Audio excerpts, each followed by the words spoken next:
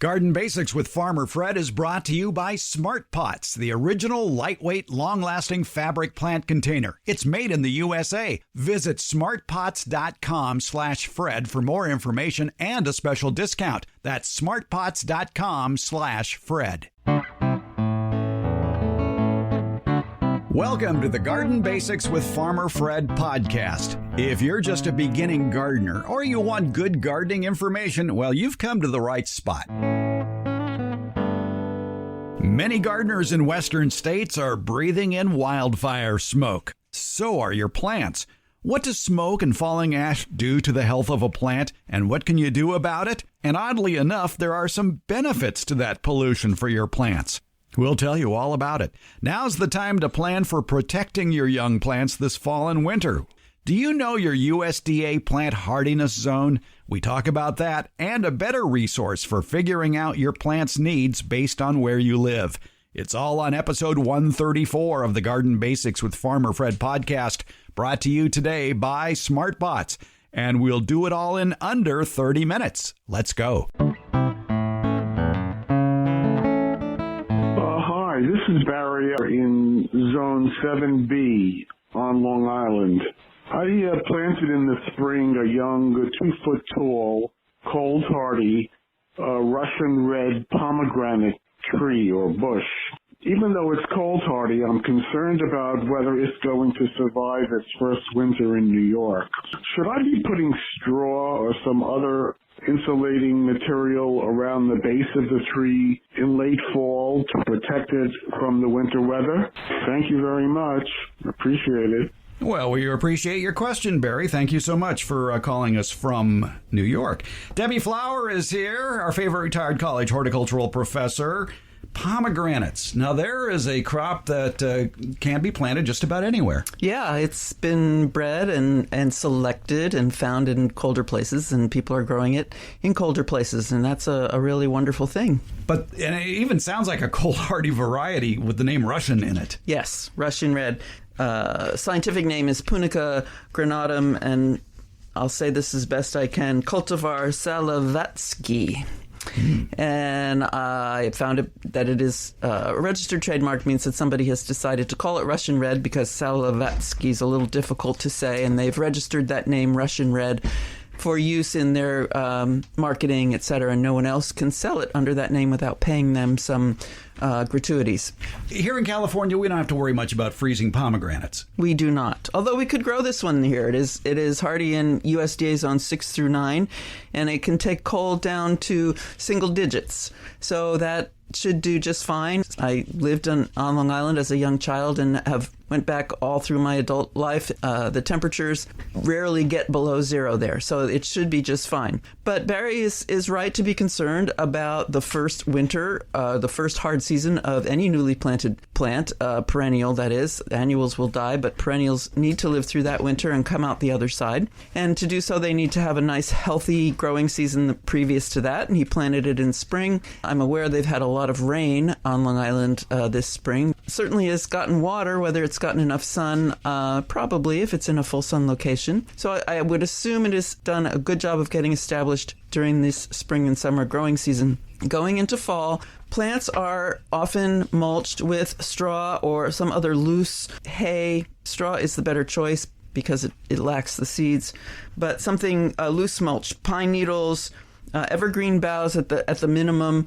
or straw, for a couple of reasons in a cold climate. The first one is to prevent the drying out of the stems. Pomegranate is deciduous, so going into winter, the stems will be bare. And cold air is very dry. Cold air cannot hold a lot of moisture. Winds of cold air come whipping through, then it can dry out those stems. Stem can die just from drying out. So often you see this with roses. There will be a loose straw type mulch mounded up around the plant, and that is to keep at least the base of the plant from drying out. The other reason to mulch a perennial plant in a cold place in winter is to prevent heaving of the soil. Heaving happens when the soil is bare and it has moisture in it because the plant is there or because of natural conditions, rain, snow, whatever, and then it freezes. And when water freezes, it gets bigger And when it gets bigger, it becomes ice, it gets bigger, the ground has to go somewhere to get out of the way of the water. And so it heaves. Then the sun comes out and it's on that bare soil and it warms up at least the surface of the bare soil and the water melts and maybe more water gets in. And then it gets cold again and it freezes again. And this freezing and thawing cycle in a cold place in winter can cause the soil to actually move around and push the plant right out of the ground. So if you're going to mulch, we cannot prevent the soil from freezing, but we can insulate it once it is frozen and prevent that sun from hitting it directly. And so that direct sun is what melts the ice and causes the water to penetrate further into the soil and then allows it to refreeze when the sun goes away and cause the heaving. So you're mulching for that. You wait until the soil has frozen and then you put a nice thick layer of mulch on top. So I would probably wait until the soil has frozen. That might be November-ish. And then put a mounding layer, which is not regularly recommended for mulching, over the base of the pomegranate so that it does not dry out and it does not heave. How big a mound? When I've seen them in very cold places, they'll actually dig a plant out and knock it down and cover it. I wouldn't do that in Zone 7. I wouldn't do that on Long Island. It's very well-drained soil. Typically, Long Island is a glacial moraine, which is a bunch of when the glaciers were on Earth and they pushed soil down south from the north, and it piled up. It has lots of rocks. It's very well-drained soil. So it's going to drain pretty well. So I wouldn't worry about that water building up unless he's in a low spot or a modified spot. I would think a foot, 18 inches up around the plant. I don't know how big the plant is. It's its first season, although pomegranates I've lived with grow fairly tall fairly quickly. And then, but it needs to be well-drained mulch. It needs to be straw or pine needles. My mother would after Christmas, would cut the branches off and go out and lay them over her perennials to prevent the heaving from happening. That's just to provide enough shade that when the sun comes out on a particularly clear day, it doesn't melt the water and allow it to then refreeze and cause the heaving. It's a long way to go to say add mulch, but I understand you're getting paid by the word, so that's fine. Yeah, the same thing for every word.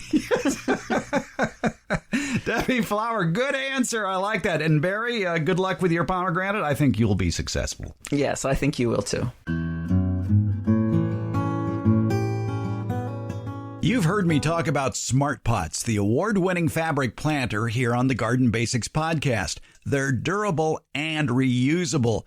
I've been using mine for 5 years now, and once again, they're being pressed into service in my yard.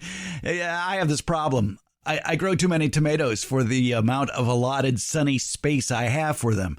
So those extra tomato plants go into the Smart Pots. I place them in scattered areas around the yard where I know they'll get enough sun, which is a premium in my yard. And even 5 years later, I can pick up those Smart Pots, plant and all, and move them around without fear of the Smart Pot tearing or ripping. Smart Pot's breathable fabric creates a healthy root structure for plants, and Smart Pots come in a wide variety of sizes and colors. Visit smartpots.com/Fred for more information about the complete line of Smart Pots lightweight fabric containers. And don't forget that /Fred part, because on that page are details of discounts where you can buy Smart Pots at Amazon. Okay, now I understand maybe you want to see the Smart Pots before you buy them. That's not a problem. Smart Pots are available at independent garden centers and select Ace and True Value stores nationwide. To find a store near you, visit smartpots.com/Fred. Well, we've had something on the show today for people who live in the East and the Midwest who have to deal with freezing winters. And now something very pertinent to those of us living in the Western United States, especially those of us who every day get on the computer and check the wildfire maps. More and more of us throughout the West are having to deal with smoke. And here in the Central Valley of California, it's become an annual event. Another unwanted season of falling ash and wildfire smoke. It seems to last throughout the end of summer and the beginning of fall. And yes, we gardeners do suffer from that smoke inhalation, but you know something? Your flowers and vegetables suffer as well on smoky days. Surprisingly, there's some benefit to your plants from all that smoke. But first, let's talk about the bad news. Out at the UC Berkeley Botanical Garden, the garden director there, Dr. Lou Feldman, has pointed out in a recent article that the combination of the toxic chemicals in the smoke is suffocating your plants. He says that chemically more than 100 different compounds have been identified in smoke, including toxic levels of nitrous oxide, sulfur dioxide, and ozone. He wrote about that in the Botanical Garden's monthly newsletter. He goes on to say that short-term exposure to smoke, as little as 20 minutes, has been reported to reduce photosynthesis by as much as 50%. Feldman points out that the effect is usually accompanied by a lessening in plant growth, and that includes a reduction in fruit production and slower ripening. And as any California winemaker can tell you, that prolonged exposure of fruits and vegetables to smoke can affect the taste. When falling ash accompanies that smoke, Feldman says that stresses the plant even more. He says when ash lodges in the pores of the plant leaves, not only is the intake of carbon dioxide retarded, but the pores can no longer function efficiently in preventing water loss from the plant. But even Feldman has a silver lining to that cloud of smoke. Ash, he says, is organic matter composed of many of the essential nutrients that plants require, including calcium, magnesium, and potassium. So if the ash accumulation is not so great as to bury the plant, the ash could be thought of as acting like fertilizer. And there's another, if contradictory, benefit to smoky skies for your plants. This according to the Journal of Geophysical Research, Biogeosciences. Researchers in the January 2020 report indicate that wildfire smoke could increase plant productivity. How's that? Well, they studied the ecological effect of wildfire smoke here in the Central Valley of California during the summer of 2018, which was a very smoky summer indeed. They found that the increase in production was due to the smoke scattering incoming sunlight, and that allowed the sun's energy to reach further into dense plant canopies. That increased the efficiency by which these plant canopies were photosynthesizing, leading to productivity increases. However, those researchers noted there are some trade-offs when dealing with total light and other pollutants. And it's those other trade-offs that should concern gardeners. So if you're diligent about washing off smoke and ash particles from all surfaces of the leaves on a regular basis during wildfire events, your plants will be able to respire normally, reduce possible water stress, and maybe even put on a new spurt of growth. Because there are so many demands on your time these days, well, I like to keep the Garden Basics podcast to under 30 minutes. But still, there's a lot more to tackle on all the garden subjects we bring up on the podcast. So for that and a lot more, we're starting up the Garden Basics with Farmer Fred newsletter. It'll be on Substack. It'll go into more details about what you just heard on the latest podcast. So yes, it will be a good supplement for the Garden Basics podcast, but there'll be a lot more garden-related material and, probably pictures of my dogs and cats as well. It's the Garden Basics with Farmer Fred newsletter. It's on Substack. And best of all, it's free. There's a link in today's show notes, or just go to Substack.com and do a search for the Garden Basics with Farmer Fred. That's Substack.com. The Garden Basics with Farmer Fred newsletter. Did I tell you it's free?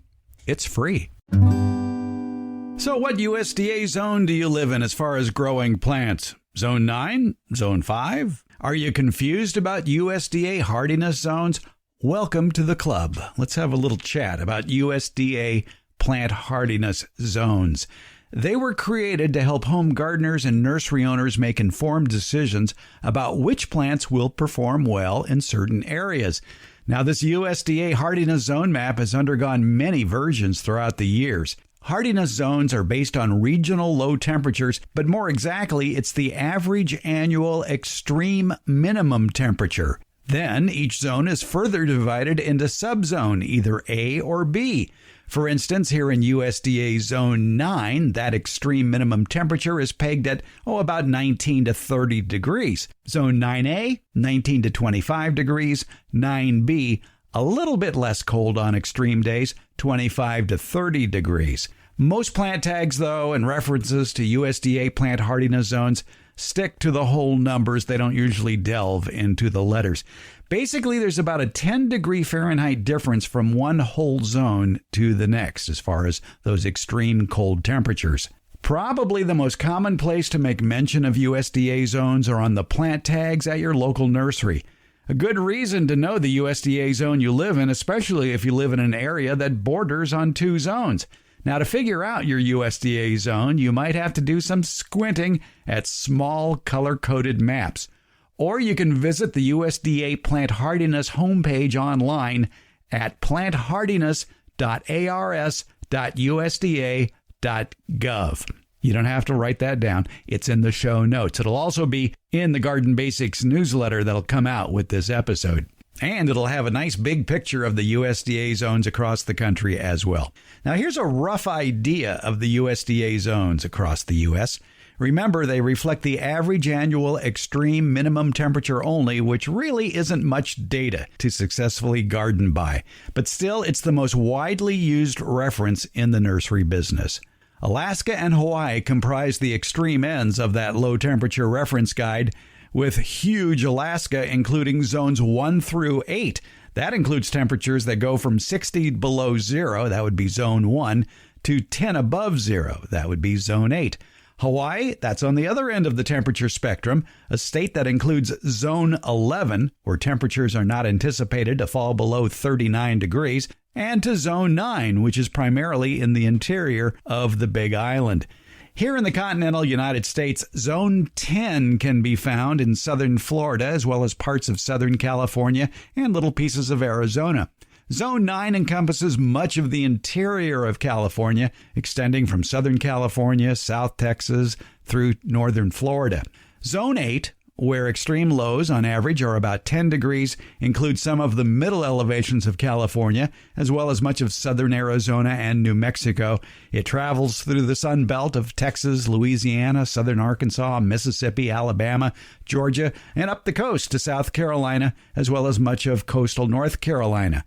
Zone 7, where lows can reach 1 degree above zero, includes much of the Intermountain West, as well as North Texas, Oklahoma, northern Arkansas, Tennessee, Kentucky, parts of northern Mississippi, Alabama, and Georgia, along with Virginia, Maryland, Delaware, Rhode Island, southern New Jersey, even parts of southern New York and Pennsylvania. Most of the plants we talk about on Garden Basics are suitable for USDA zones 7 through 9 and possibly 6 through 10. And that's one of the beauties of the USDA zone maps. If you have the right microclimate, you might be able to stretch those zones up or down by 1. Throughout the western United States, most of the area is 6 through 9 until you get east of the Rockies. Then the colder zones of 5, 4, and 3 rule in the upper Midwest and the Northeast. But again, there are exceptions. One of the best reasons for using the USDA guide is to help you pick out plants. A perennial that's classified as being for zones 8 through 10 on that plant tag maybe not survive the winter in zone 6. If you shop at a good local nursery, chances are that local nursery is only going to bring in plants that will survive in your area. All gardening is local. Most Californians, we garden in USDA Zone 9, where winter lows average 20 to 30 degrees, but there's a big difference in the plant palette between Zones 9A, which is 20 to 25 degree average winter lows, and 9B, which is a bit warmer, 25 to 30 degree extreme lows. Again, go to the USDA Plant Hardiness homepage online, planthardiness.ars.usda.gov. While the average low temperature in the winter is a big factor in determining which plants will grow in your zone, the average high summer temperatures must also be considered. Many plants can't take the heat in hot climates. This high end of a plant's temperature tolerance is actually taken into consideration when plants are assigned a USDA zone range. So play it safe. Take the ever-fluctuating climate into consideration when selecting trees, shrubs, and perennials. All areas throughout the United States experience unusual highs and lows from time to time. Determine your hardiness zone, then choose plants that are rated hardy for at least one zone higher and one zone lower to help ensure that the plant will survive an unexpected extreme. And consider, too, you might just live in a microclimate. Living in the warmer climates in the west, south, and along the coast can make finding your gardening zone a little more complicated, though. These areas are riddled with microclimates that are influenced by elevation, humidity, or the lack of humidity, wind patterns, and a lot more. And that brings us to a superior but harder to find reference for climate and plant adaptability. It's called the Sunset Zone Map, from the people that brought you the Sunset Western Garden Book and other regional garden books. Gardeners in the western United States are very familiar with the Sunset Garden Book, which divides the West into 24 different zones. Sunset recognized that a plant's performance is governed by the total climate, the length of the growing season, timing and the amount of rainfall, winter lows, summer highs, humidity, persistent wind patterns. Sunset's climate zone maps takes all these factors into account. And at one time, Sunset produced a national garden book whose climate zone maps were broken down into 45, count them, 45 different zones. Definitely a superior system to the USDA Plant Hardiness zone maps. But what happened to that? Well, for that portion of the story, we turn to a longtime editor of Sunset Garden Books, Lance Walheim.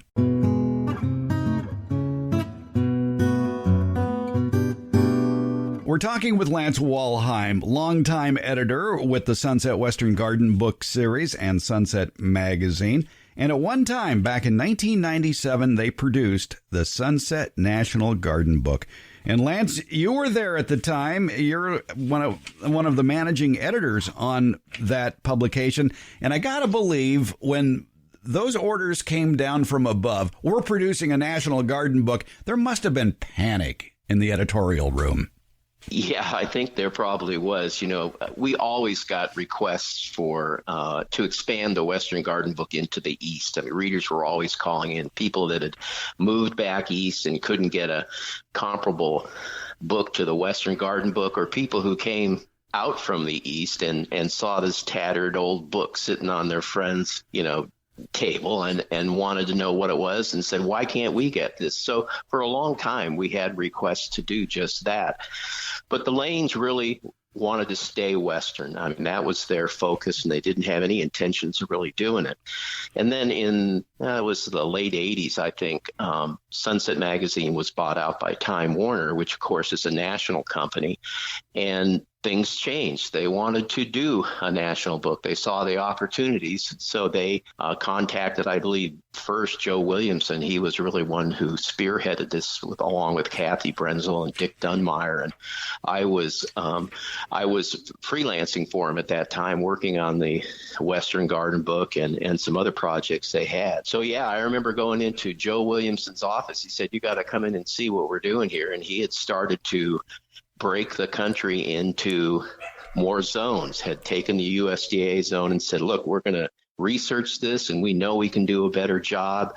There were all sorts of problems with the USDA zone maps, not only when compared to the West and the East, but also to the North to the South. So they thought that by doing the research, or he thought we could come up with a better map. And that's basically what we did. There was a lot of information out there that we could use. Plus, our new partner with Time Warner was Southern Living, and they were also working on a book and had developed some maps for the Southern United States. So that's really how it started.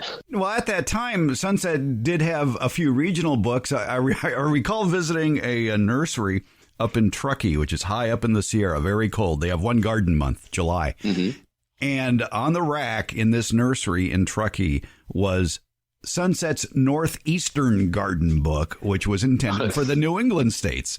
Right. That's exactly right. And that book was kind of done. That was their long-term goal, really, at Time Warner, was to have these regional books. And they were done along about the same time. All those books were done in, the national book was done first, so we could get those zones established, and then they were broken up into regional. So there was the Southern Living Garden Book, there was the Western Garden Book, and there was a Northeastern Garden Book. There was a Midwestern Landscape Book that was a little bit different. It didn't use the zones that we had. So you're right, but they all happened about the same time. Now, the edition I have came out in 1997. I believe that was the first edition. That's correct. Were there any more editions after that? I don't think there were. I certainly don't have a copy. I primarily worked with the encyclopedia portion of it. Like you say, that was a lot of plants. I think it just came out that one time, and I'm not sure why. There were a lot of changes going on at Sunset and as well as at Time Warner. Now, the Southern Living Garden book has been revised several times. I think it's in its third printing, and it's a very good book too. But even with those zones that they established, we made a lot of changes in those. As you mentioned, there was, of course, a lot of corporate changes back around that time as well. The bigger fish were gobbling the smaller fish. Things change, ideas change, goals change. That's right. And the other thing that, of course, happened was that the Internet became a primary source of information and very up-to-date information for a lot of people as well. So the book business in general was not what it used to be at a certain point somewhere in the early, 2000s. I got to believe there's a garage full of Sunset National Garden books in somebody's garage because you can find them online as used books. And some are ridiculously high priced and some are ridiculously low priced. If you shop around, you might be able to find a used copy for less than $10.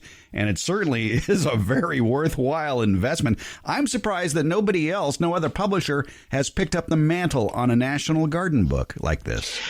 Me too. I think there's a heck of a lot of opportunity there, at least maybe possibly to do something online. As you have found out, there are practical issues with developing a big climate map like this. Is how do you present it to people so it makes sense? And so it's got to be broken up into many pages. If you've used the USDA map, as we all have, and you know that there are some interactive things going on now, but it's hard to read. Yeah.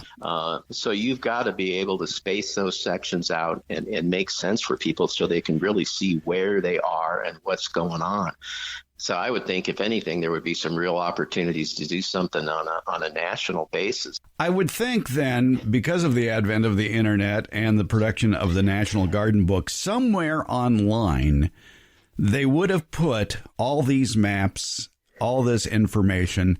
But the heck if I can find it. The only maps of the 45 Sunset Western Garden Zones, and by the way, it's a very good layout, was done by Gary Ibsen and Dagmar Lacey at tomatofest.com. And really? Yeah, Gary has been a excellent tomato grower in Central California for years and years, and his tomatofest.com website features many varieties that you might want to try.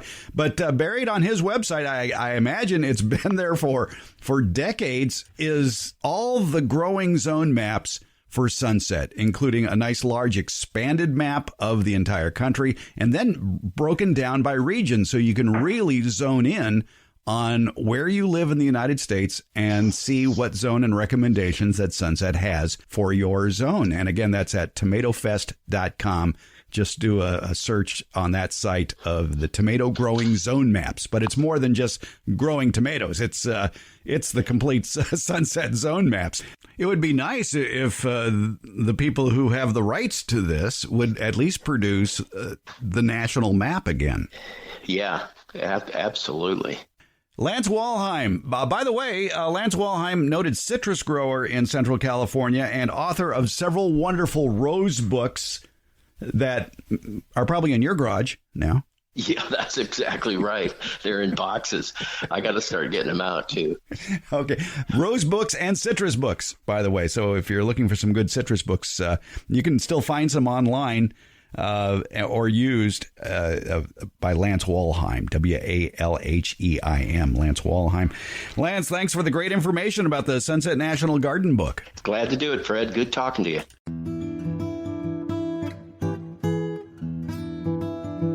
Garden Basics comes out every Tuesday and Friday. It's brought to you by Smart Pots. Garden Basics is available wherever podcasts are handed out, and that includes Apple, iHeart, Stitcher, Spotify, Overcast, Google, Podcast Addict, CastBox, and Pocket Casts. Thank you for listening, subscribing, and leaving comments. We appreciate it.